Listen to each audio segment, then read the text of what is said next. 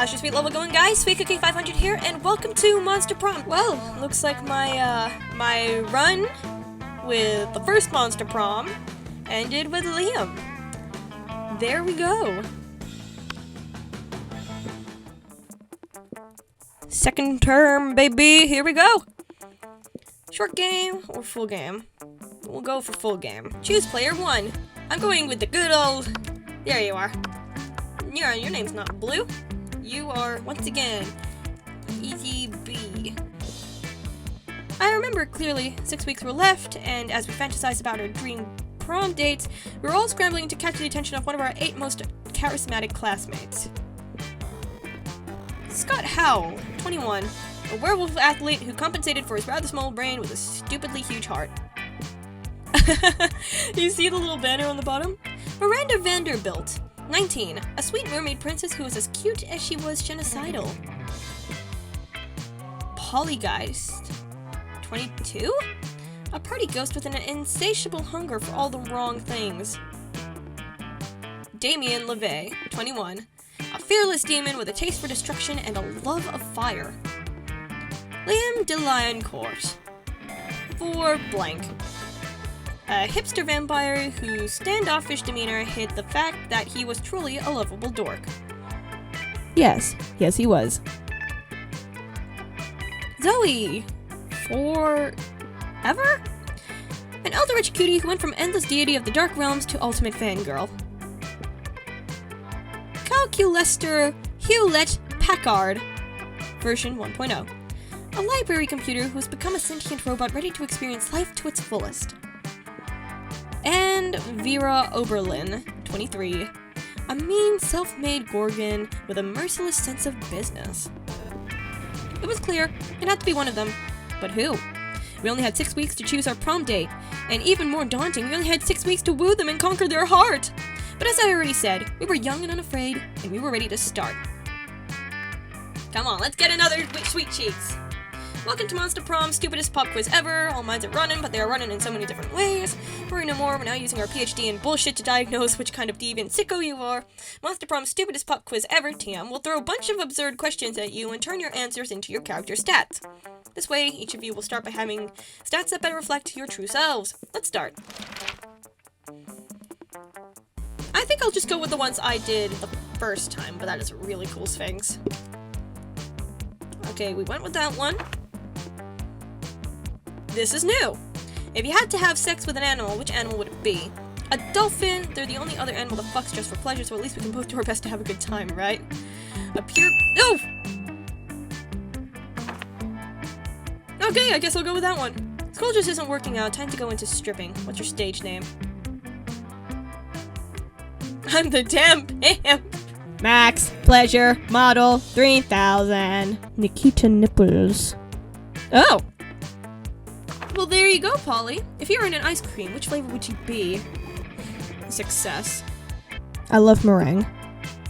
Ah! Liam! There you go. So we accidentally fucked up one of the questions, but that's alright. Second term? Here we go. Woo! Okay, where do we want to go? Eeny, meeny, money, mo, catch your feet about a toe. If you feel like eeny, meeny, money, mo. Okay. I guess we're going to the library first. Abuski! That day, you spend some time on the library's PCs playing some good old online poker. Gambling seems like a stupid and dangerous decision, but who cares? This time it paid off, so fuck it. You gained 2 money. Give me more. Later that night, you head out to the club with Polly and Liam. I can never escape Liam, can I? Using your fake IDs, also known as Polly's boobs, you have no problem getting in the door.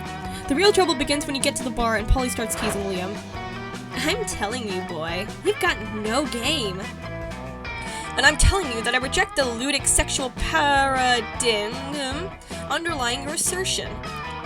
All I'm saying is that if you're really as cool as you act all the time, you should have no problem getting digits from the gender intermediate locust swarm down at the end of the bar. Well, of course I could, if I wanted to. But you see, the key to my allure is that I don't want anything. Sounds to you like Liam's just scared. You decide to go over there and show them both how it's done by... Ooh. I like where you're going with this. You pull out the spray bottle of locust sex pheromones that you keep for just such occasions. Liar. You spritz it all over your most intimate areas. Oh, god damn it. The hot young locust swarm at the other end of the bar immediately takes notice. You talk all night about your hopes and dreams. It turns out the locust swarm wants to be a veterinarian. When you excuse yourself to go to the bathroom, Liam catches you by the arm. Hey, not that I care or anything. Liar. But do you think you could loan me some of those locust sex pheromones? No reason.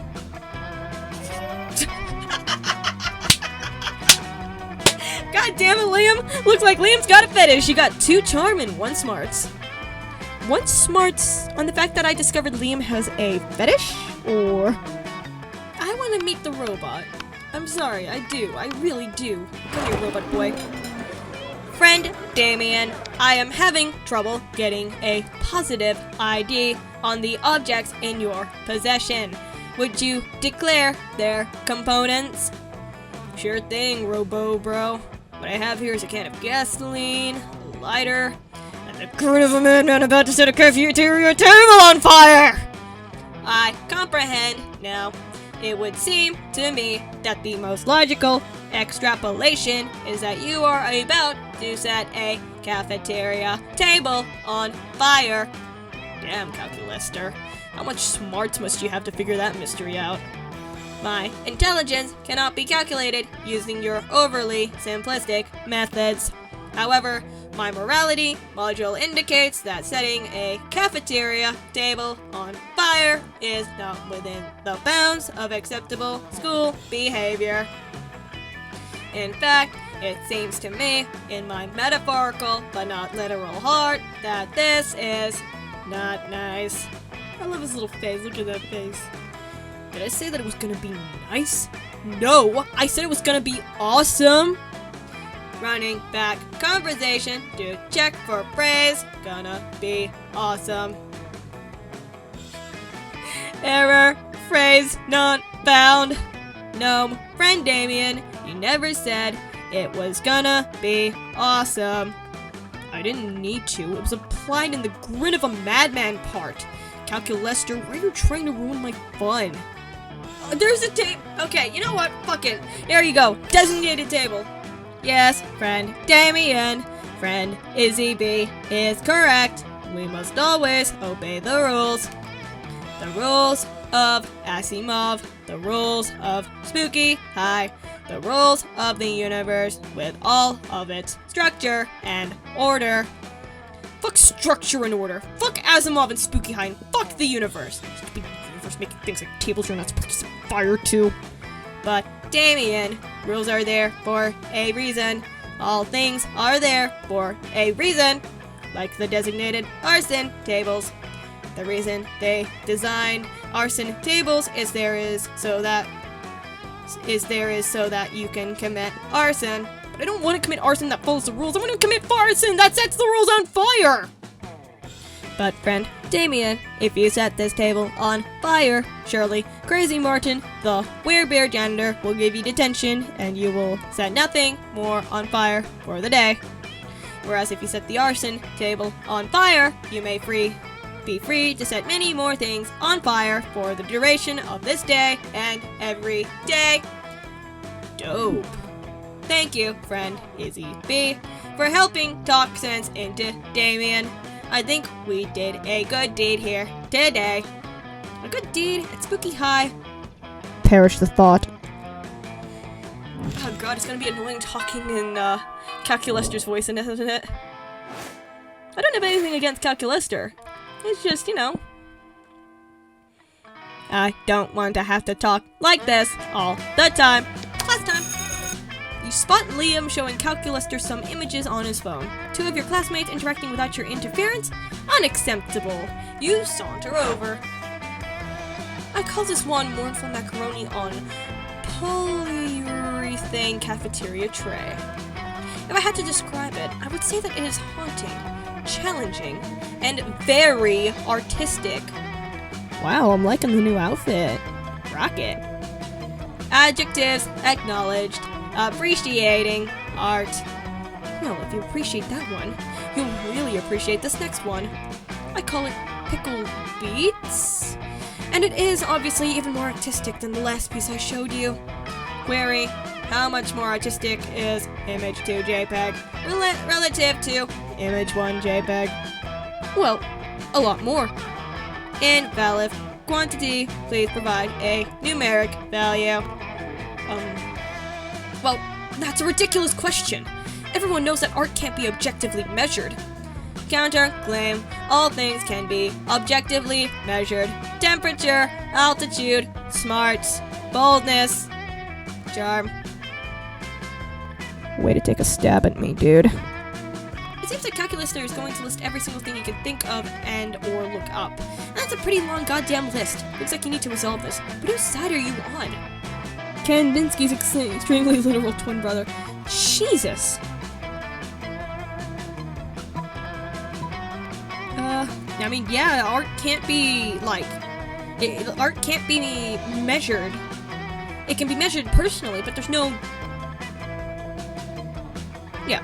Art can be objectively measured, but there's no definite version of how objective it can be. It's perspective. Art is perspective. It cannot be measured by objectivity. So, I'm gonna have to agree with Liam on this one. Sorry, Calculister. Absurd. Attempting to measure Izzy's admiration for Liam.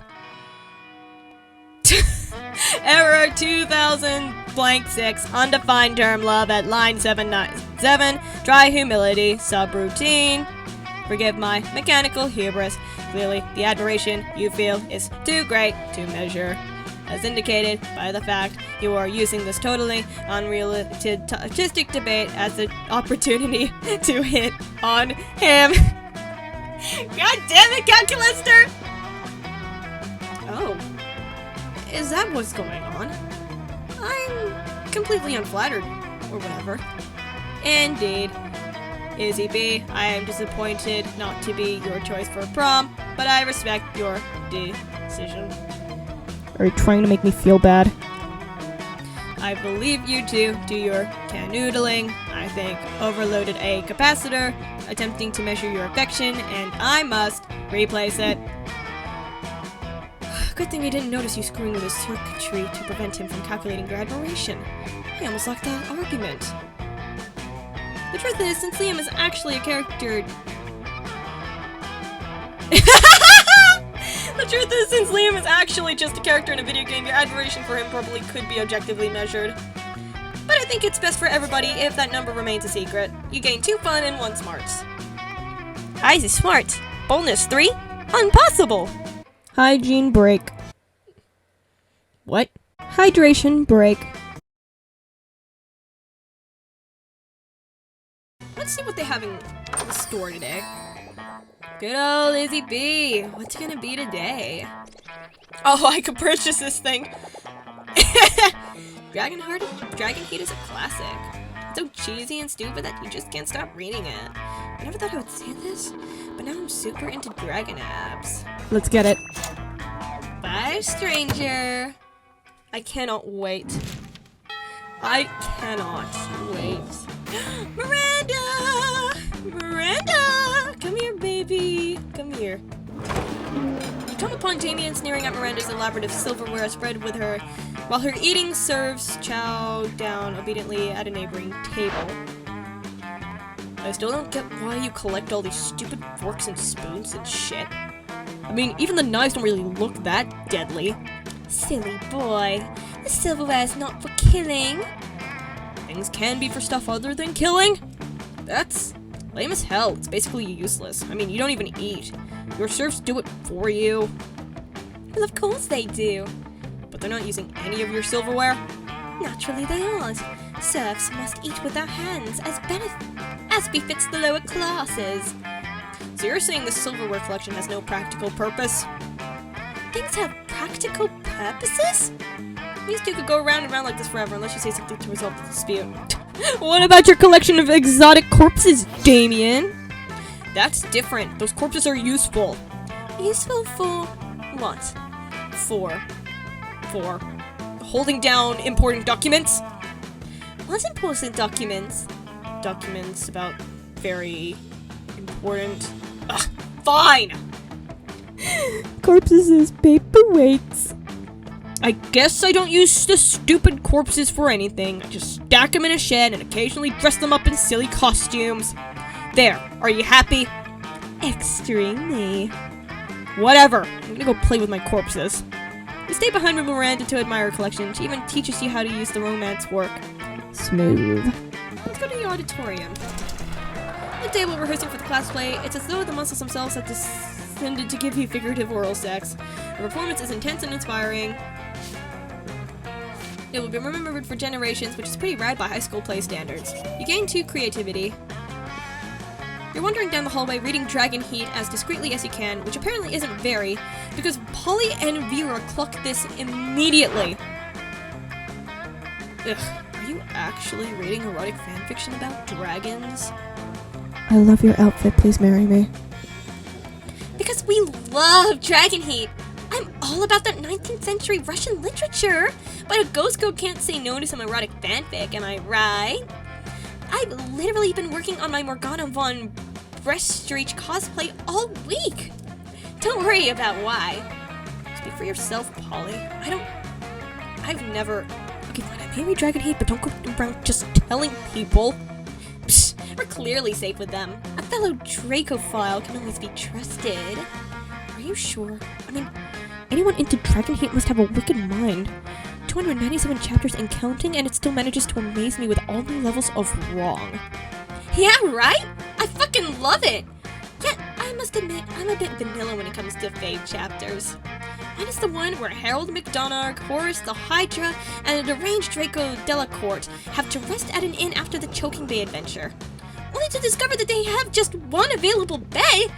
There's only one bed, the classic fanfic trick that never fails. Yes, that one was good. I personally prefer the one where Venesaria unmasks her masked savior after a passionate kiss only to discover it's herself. I didn't even read that next bit. Fuck! I'm not a fan of time travel, but sign me up for some good self-cest. Amen! What about you, ZB? What's your favorite story arc? Nothing to worry about. You'll just be revealing your inner kinks to us. No pressure. Let's go with the, safe option. Easy, the Sexcalibur arc, where they want to discover the chosen one who can control the mystical Sexcalibur dildo, and they have a super orgy so everyone can have their turn with the dildo. Whoa, right? How could we forget about the Sexcalibur arc? With 297 chapters, it's rather easy to forget some arcs. Yeah, but that one was epic! The tension and thrill of wondering who would be the chosen one each time someone used the magical dildo. I must admit, it was very lubricating.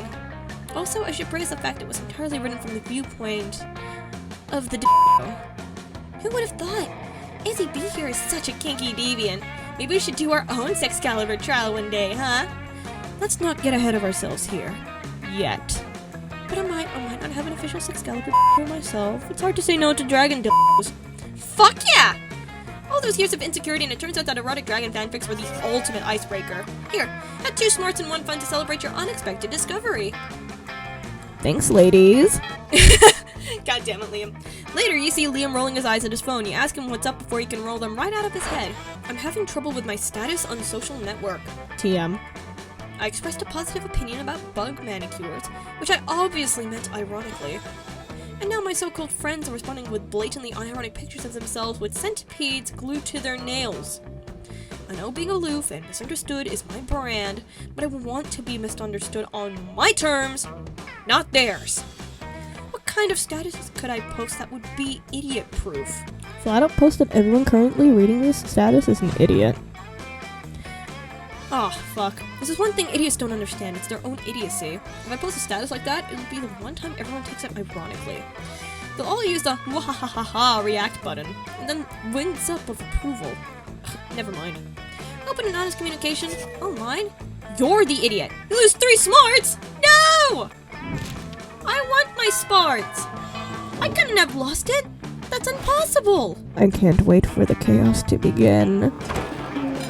You find Damien brandishing his usual silverware, a hammer and chisel, while Liam looks on in horror. You can't eat that. Watch me.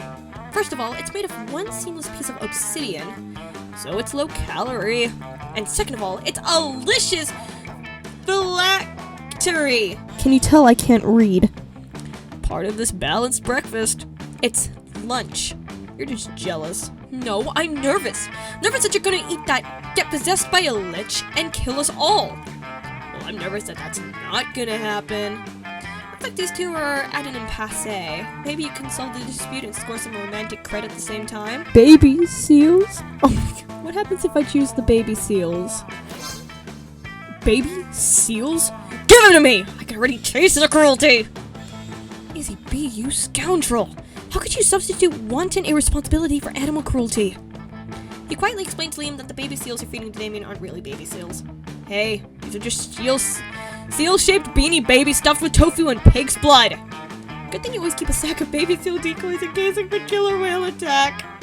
Ah, good job, EZB. I applaud your craftiness and your high regard for animal life. Let's go return this phylactery to Larry the Lich's crypto together. It ends up being the third most romantic night you've ever spent in a crypt. Score!